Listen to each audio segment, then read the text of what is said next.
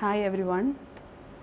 Today I would like to deal with the first chapter, UN speech by Malala Yousafzai, which comes in the fourth module of the textbook Spectrum, Literature and Contemporary Issues.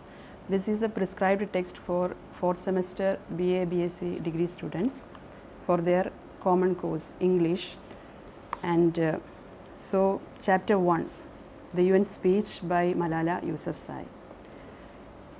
My dear students, so I hope that you have the textbook with you, and I would like you to keep the textbook and with the expectation that you have read the text once or twice.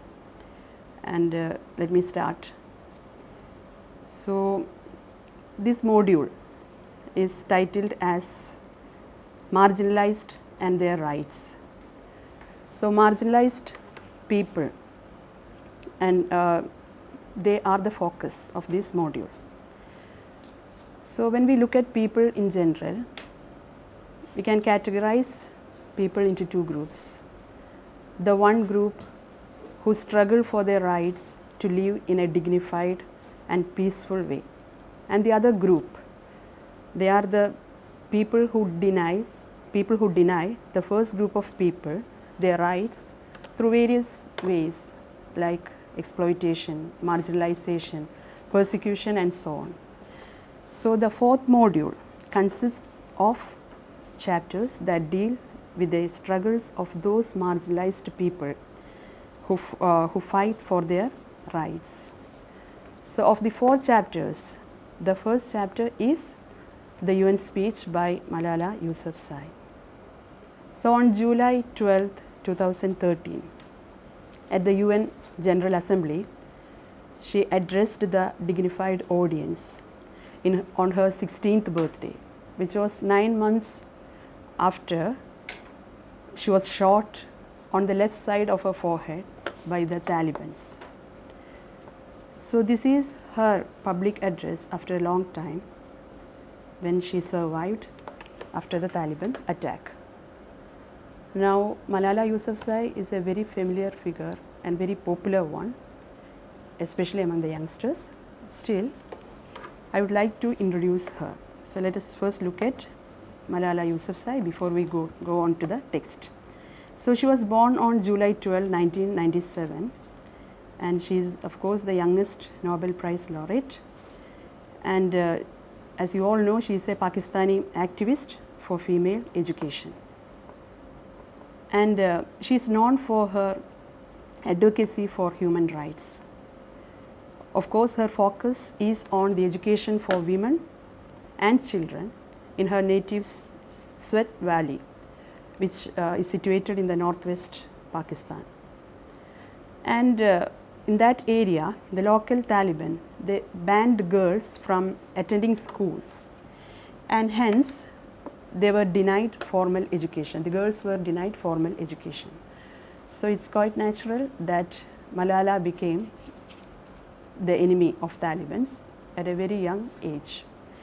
So in 2012, that is exactly to say that on October 9th, 2012, she was shot on the left side of her forehead by a Taliban gunman when she was returning from school. But she recovered from this injury because of proper medical care. And she continued her activism, and she spoke out on the importance of education. And in 2013, she gave this present speech to the UN General Assembly. And her first book, I Am Malala, the Girl Who Stood Up for Education and Was Shot by the Taliban, was also published in the same year, that is 2013. And before she was awarded Nobel Prize, she was awarded the Sakharov Prize for Freedom of Thought by the European Parliament in 2013. And in 2014, she won the Nobel Peace Prize. And in 2017, she was appointed as a UN Messenger of Peace and also received the honorary Canadian citizenship. So now, shall we look at the text? So in this speech, the speech that she gave at the UN General Assembly, Malala Yousafzai, she speaks about the importance of providing free and compulsory education for all. So the main focus in her speech is on the issues like education, women's rights, and she makes an urge or she urges the world leaders to change their policies, and she urges action against social evils like illiteracy, poverty, and terrorism. So now she begins the speech by expressing her gratitude to God, whom she refers as the most beneficent and merciful. And then she addresses the dignitaries, UN Secretary General Ban Ki-moon, President General Assembly Wook Jeremic, UN Envoy for Global Education Mr. Gordon Brown, and she calls the dignified audience as elders and all her sisters and brothers. So the beginning part of her speech reflects her deep sense of love and compassion for the people who prayed for her fast recovery. And she mentions the children who encouraged her with their innocent words, elders who strengthened her through their prayers. Then she also includes the people who supported for her recovery, that is nurses, doctors, hospital staff in Pakistan, and finally she expressed her gratitude towards the UAE government who has helped her to recover her strength. And through her speech, she expresses her wholehearted support to Mr. Ban Ki-moon, the UN Secretary General, and Mr. Gordon, the UN Special Envoy, for their commendable initiation in the field of global education. And then she mentions the relevance of Malala Day in the course of her speech. So let me quote her, the way she described the Malala Day. And Malala Day is declared by the UN as that is on July 2013 to be observed as Malala Day. And in her own words, the Malala Day is, she says, "Dear brothers and sisters, do remember one thing, Malala Day is not my day. Today is the day of every woman, every boy and every girl who have raised their voice for their rights, their right to live in peace, right to be treated with dignity, right to equality of opportunities, and right to be educated." So this is how she describes Malala Day.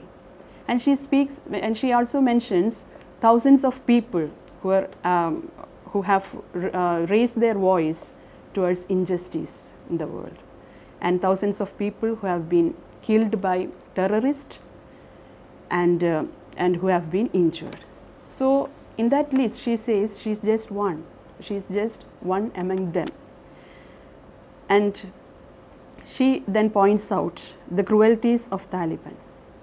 In that occasion, she describes her own experience, how she had been attacked by the Taliban. And she says how Taliban shot her and her friends, and by doing so, they thought that their bullets could silence her. But it was on the other way. They could not silence her quench for knowledge. When the terrorists tried to pacify her from her activism with a bullet, what they really did was they nullified her weaknesses like fear and helplessness. So she reminds the audience that nothing has changed, otherwise that she has lost her weaknesses and courage was born. Otherwise, nothing has changed. She is the same Malala, with same ambition, hopes and dreams. She remarks that she is not against anyone and doesn't want to take revenge against Taliban or any terrorist group, because she has come here to speak for the right of education of every child, and stresses that it's very important that all children should be educated, especially the sons and daughters of all extremists, including the Taliban. So her speech finds new light when she says that she doesn't even hate the Taliban who shot her. She says even if she is given a gun and that Taliban gunman is in front of her, she will not shoot. So she has come here not to spread hate, but to spread the message of the need for education. So she says this is possible for her, that is because of the compassion that she has learned from such great people like Prophet Muhammad, Jesus Christ and Lord Buddha.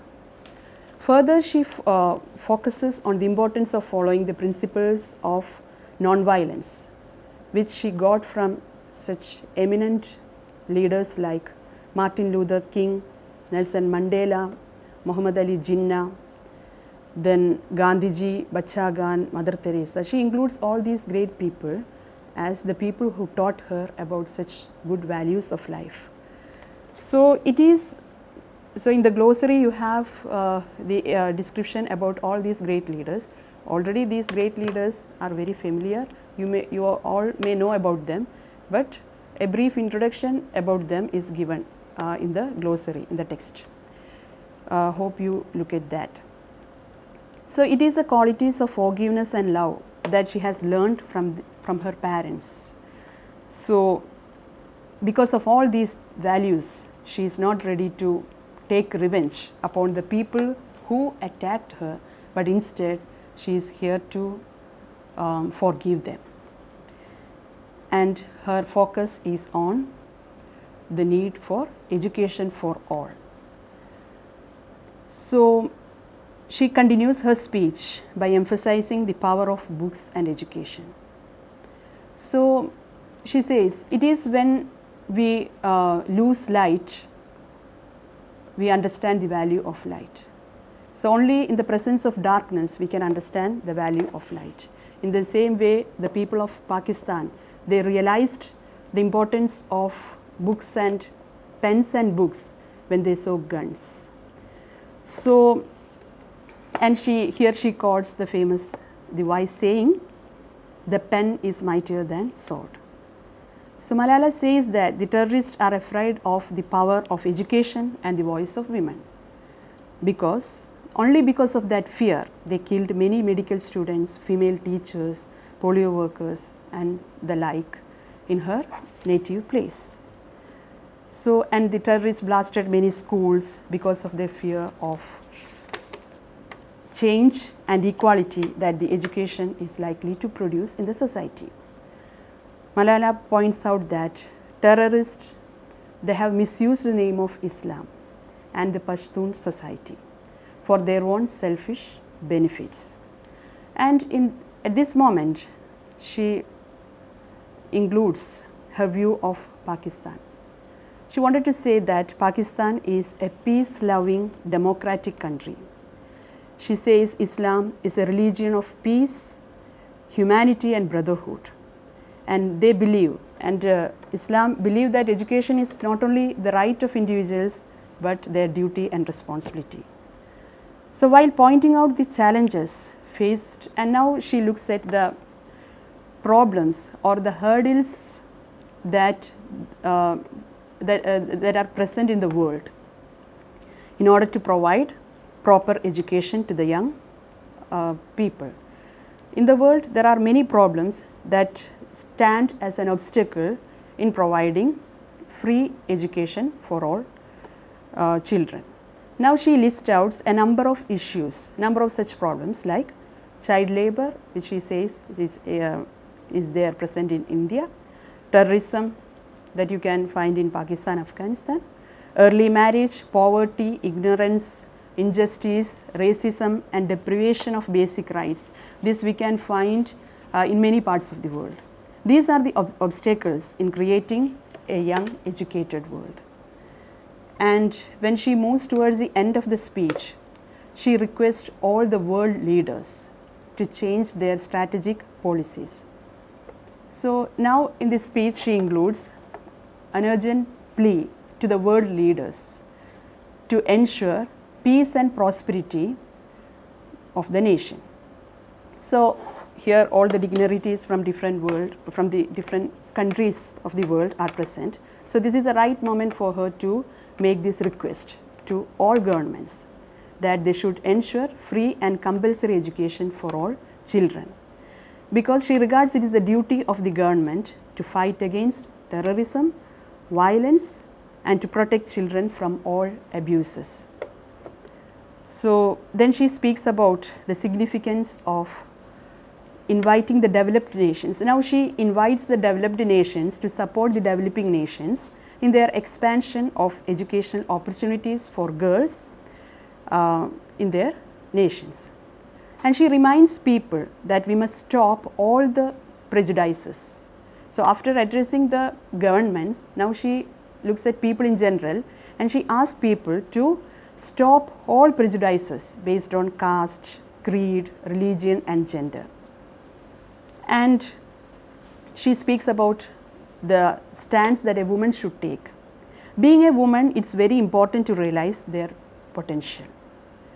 So she says that, says the women should stand up for their own rights. That doesn't mean that she wants men to keep away or to move away from their fight for women's right, but she reminds women to be independent in their struggle for their rights. So now she concludes the speech by reminding us the importance of education and peace. For achieving our goal, we should unite here and be ready. So she has an audience of important people. So she makes this opportunity to speak about the importance to be united in order to ensure free education and compulsory education for all. So for this, so she says we have to wage a war against the social evils that hinder the expansion of education. So in this war, she says we should use a most powerful weapon, and that most powerful weapon is nothing but knowledge. And we should not forget that in the world there are innumerable people. She calls them brothers and sisters. They are waiting for a bright future. So it is our responsibility, she says, it's our responsibility to fight against such social evils like illiteracy, poverty and terrorism. So Malala inspires us to take the most powerful weapons. Those most powerful weapons are nothing but pens and books. And she again reminds us education is the only solution for changing this world. She concludes by the following words: one child, one teacher, one pen and one book can change the world. Education is the only solution, education first. So this is the text of the speech, and at the back after the speech you have glossary where the difficult words have been introduced. So but I have found a few more words which you may be unfamiliar with, the words which are not included in the glossary. So let me introduce those words. So in the beginning of the speech, I want you to have the book open in front of you so that you can notice these words and underline those words. The first word that I have noticed is beneficent. Beneficent, maybe it's a familiar word for all of you. It describes God as the most beneficent. And so what is beneficent?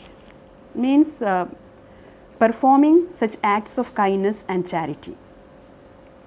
and beneficent is an adjective as part of speech. And then we have merciful. Again, it's a very familiar word, and still if you don't know the meaning, it is showing or exercising mercy. Then you may ask, what is mercy? Mercy is the ability to express kindness. You know, in the famous scene in Shakespeare's Merchant of Venice, there is a scene on where Portia speaks about mercy. So, merciful is a person who expresses mercy. Then envoy, you have seen that word envoy, that is Mr. Gordon Brown is described as a UN envoy. So, who is an envoy? Envoy is a noun, part of speech, it is a noun. Envoy means is a messenger or a representative for a diplomatic mission. Then honor, honor is a word that you might have heard many times. And what do you mean by honor? Again, it is a noun. It means high respect or the quality of knowing and doing what is worth, what you can say worthy or morally right. So, quality of knowing and doing what is morally right, that is the meaning of the word honor. And initiative, I expect that you have seen the word initiative. What do you mean by initiative? Again, it is a noun. Initiative means the ability to do something, to begin things independently. And inspire, inspire is a word we hear many times. And what do you mean by inspire? Inspire is, as a part of speech, it is a verb. And to fill someone or someone with the urge to do or feel something, that is to fill someone with the urge to do or feel something valuable, that is inspire. Then dignity. Dignity is a state or quality of being worthy of honor and respect. If you say it's my dignity, dignity means the state or quality of being worthy of honor and respect. Then Taliban is a word already explained in the glossary. Then what about ambition? You always speak about it's my ambition to become a teacher or an engineer, you speak like that, ambition. So, what do you mean by ambition? It's having or showing a strong desire to achieve something in life, or the determination to succeed, yes, ambition. And revenge, the action of hurting someone in return of an injury that you have suffered from that person.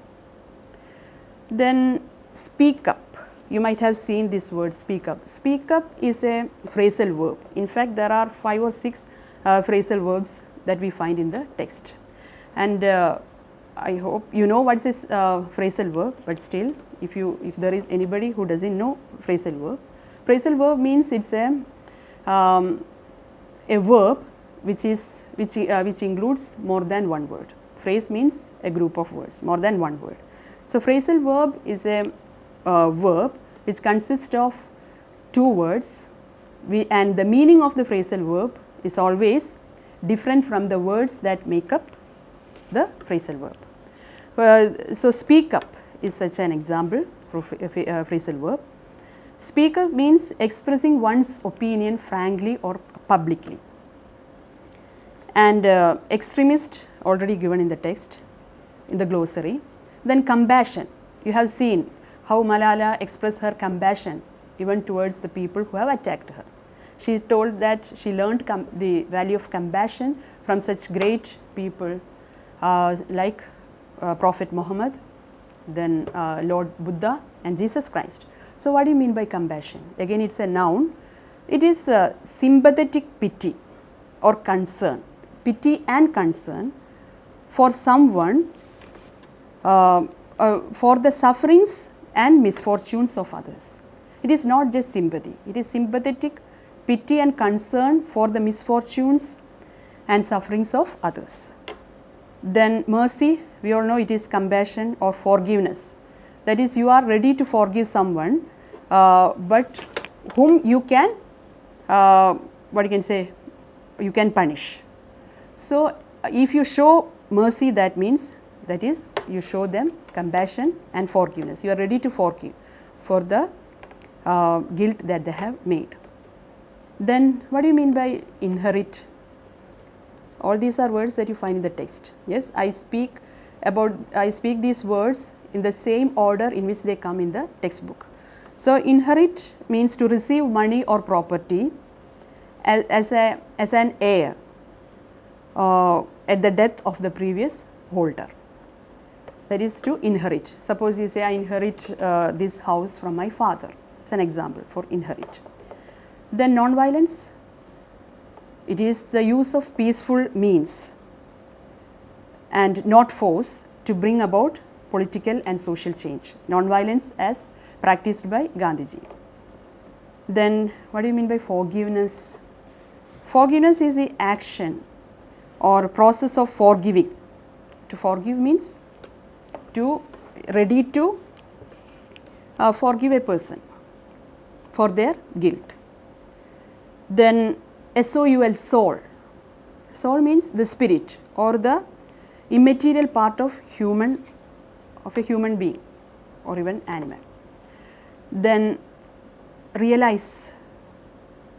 Realize means to become fully aware of, to know something completely, that is to realize. I realize my mistakes, an example. Then what do you mean by conservative?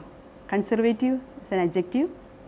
Conservative means averse to change or holding traditional values. Taliban, they are described as conservative, and she uses this word conservative in the context that she says Talibans believe that God is such a tiny entity who believes that girls who go to school, they go to hell. So, in that context she uses the term conservative, people who hold very traditional values and they are not ready to change. Hurdle. Hurdle, she speaks about some social evils which are hurdles in the progress of education. So, hurdles means problems. Decade means it is a period of 10 years. Then injustice, what do you mean by injustice? It is lack of fairness or justice. And racism, you might have heard this word many times, racism. Racism means prejudice or discrimination, and you are directed against someone based on his or her race. Then stand up. She asked the people to stand up for once. She asked women to stand up for their rights. So, what do you mean by stand up? It is a phrasal verb. Stand up means to support or to defend. Both meanings are there for stand up. Then another phrasal verb, step away. She asked men not to step away from their struggles or their fight for women's rights. So, step away means retreat or move away. Then call upon, again phrasal verb call upon. So, we have phrasal verbs like speak up, stand up, step away, call upon, and there is one more, hold back. Then what do you mean by call upon? To someone, summon. What do you mean by summon? To summon together or to bring together, that is call upon. She says, I call upon the world leaders.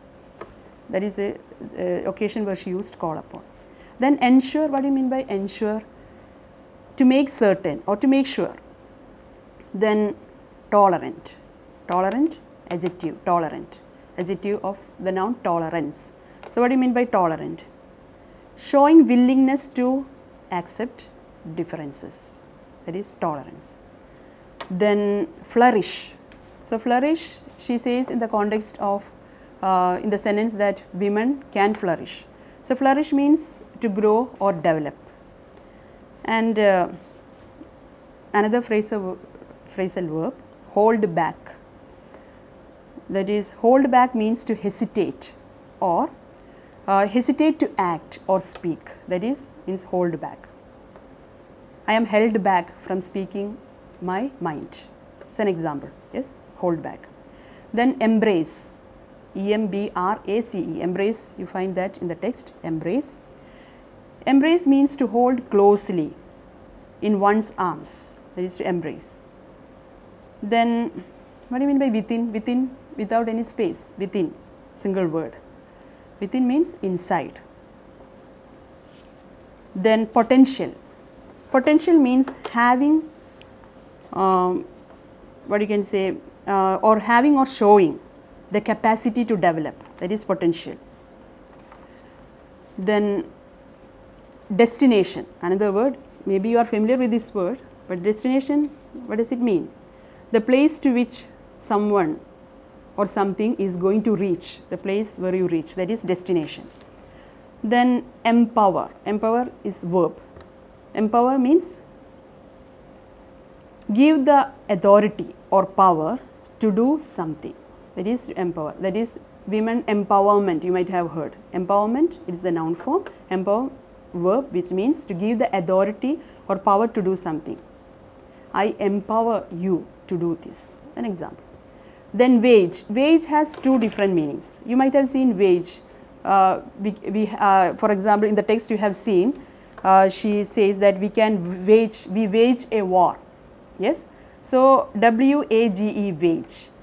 Wage, usually we say wage, it's my wage means it's your payment, a fixed payment. But here wage doesn't have that meaning. Here wage means to fight a war, it's wage a war. Then illiteracy, illiteracy means inability to read and write. Then the last phrasal verb that you find in the text is pick up. Pick up means to become better, yes. So these are the words which I think may be unfamiliar to you, but most of the words may be familiar. If they are familiar, pardon me, yes. So now there are some comprehensive questions at the back of the text. I want you to work out these questions too. For example, there are some one word questions where you have 4 options are given. Like I shall read out one question. On which day Malala delivered her UN speech?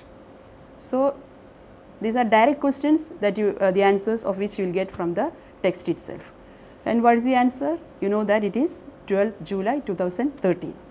Like that, there are some questions, objective type questions. Then you have to answer the questions in 2 or 3 sentences. They are also very direct questions. For example, I shall read one question. What according to Malala does Malala Day stand for? You can get this answer directly from the text. She says that Malala Day is not my day, it is a day of all people who fight against injustice, who fight for their rights, right to live with dignity, all those things. That part you can write in 2 or 3 sentences. Then you have some questions that you have to answer in a paragraph. For example, what was Malala's speech about? How will you answer this question? So you have to write in a paragraph. You have to describe the main, what you can say, the issues that she has raised in this speech. So what was Malala's speech about? Malala's speech was about the need for education for all. She made this speech she gave this speech at the UN General Assembly on July 12, 2013 on her 16th birthday, 9 months after she was shot on the forehead by the Taliban.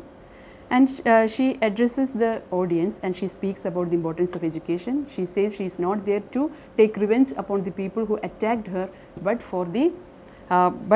to spread the message that education is for all. And you can write a little more about in a paragraph. Then you have 2 essay questions that you have to answer in 300 words. The 2 questions that are given in the textbook are: how does Malala Yousafzai vindicate for the rights of children for education? One child, the second question, one child, one teacher, one book and one pen can change the world. How convincing are the words of Malala Yousafzai? So while you answer the essay question, you have to, you can write the essay different ways, but one way I would like to suggest is you can begin the essay by writing about the author, that is Malala Yousafzai, which you can get from the introduction in the textbook. Then you can summarize or write the gist of each paragraph in the speech, which can be the highlights of the speech, and you can conclude by speaking about a few words about Malala Yousafzai in general and the importance of education and the relevance of Malala Yousafzai's speech in the present day world. Okay, I hope that this lecture was useful for you. Thank you.